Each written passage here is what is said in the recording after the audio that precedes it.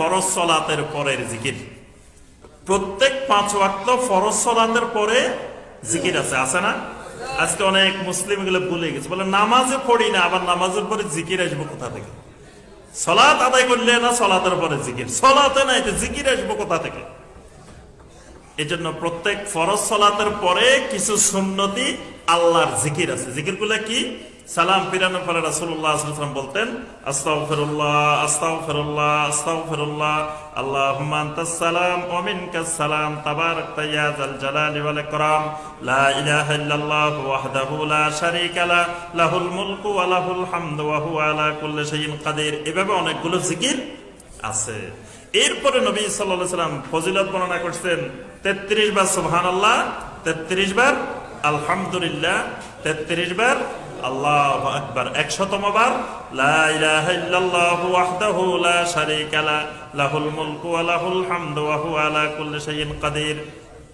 আল্লাহ রাসূল সাল্লাল্লাহু আলাইহি ওয়াসাল্লাম বলেন, এইটা যদি কেউ পড়ে প্রত্যেক ফরজ নামাজের পরে, গুফিরাত খাতায়াহু ওয়া ইন কানাত মাসলু জাবাদিল বাহার, সমুদ্রের ফেনা পরিমাণ গুনাহ যদি তার থাকে, আল্লাহ রাব্বুল আলামিন তার সমস্ত গুনাহ মাফ করে দেন। সুবহানাল্লাহ। প্রত্যেক ফরজ নামাজের পরে। তারপর আয়াতুল কুরসি ফরজ নামাজের পরে। নবী সাল্লাল্লাহু আলাইহি ওয়াসাল্লাম বলেন, প্রত্যেক ফরজ নামাজের পরে কেউ যদি আয়াতুল কুরসি পড়ে, লাম ইয়ামনাহু আন ইয়াদখুলাহুল জান্নাহ ইল্লা আন ইয়ামুত, জান্নাতে ঢোকার জন্য মৃত্যুটা শুধু বাকি থাকে। সুবহানাল্লাহ।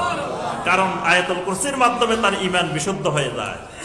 এরপরে মুআজ রাদিয়াল্লাহু তাআলা আনহু বলেন, আমাকে আল্লাহ রাসূল সাল্লাল্লাহু আলাইহি ওয়াসাল্লাম বলছেন, মুআজ প্রত্যেক ফরজ নামাজের পরে তুমি এই কথা বলা কোনোদিন ছাড়িও না, আল্লাহুম্মা আইন্নি আলা যিকরিকা ওয়া শুকরিকা ওয়া হুসনি ইবাদাতিক। উকবা ইবনে আমর আল জুহানী রাদিয়াল্লাহু তাআলা আনহু বলেন, আমাকে আল্লাহ রাসূল সাল্লাল্লাহু আলাইহি ওয়াসাল্লাম বলছেন, তুমি প্রত্যেক ফরজ নামাজের পরে সূরা আল ইখলাস, সূরা আল ফালাক, সূরা নাস পড়বে। তাহলে এইগুলা হলো কি? প্রত্যেক ফরজ নামাজের পরে নির্ধারিত জিকির, সকাল সন্ধ্যার জিকির।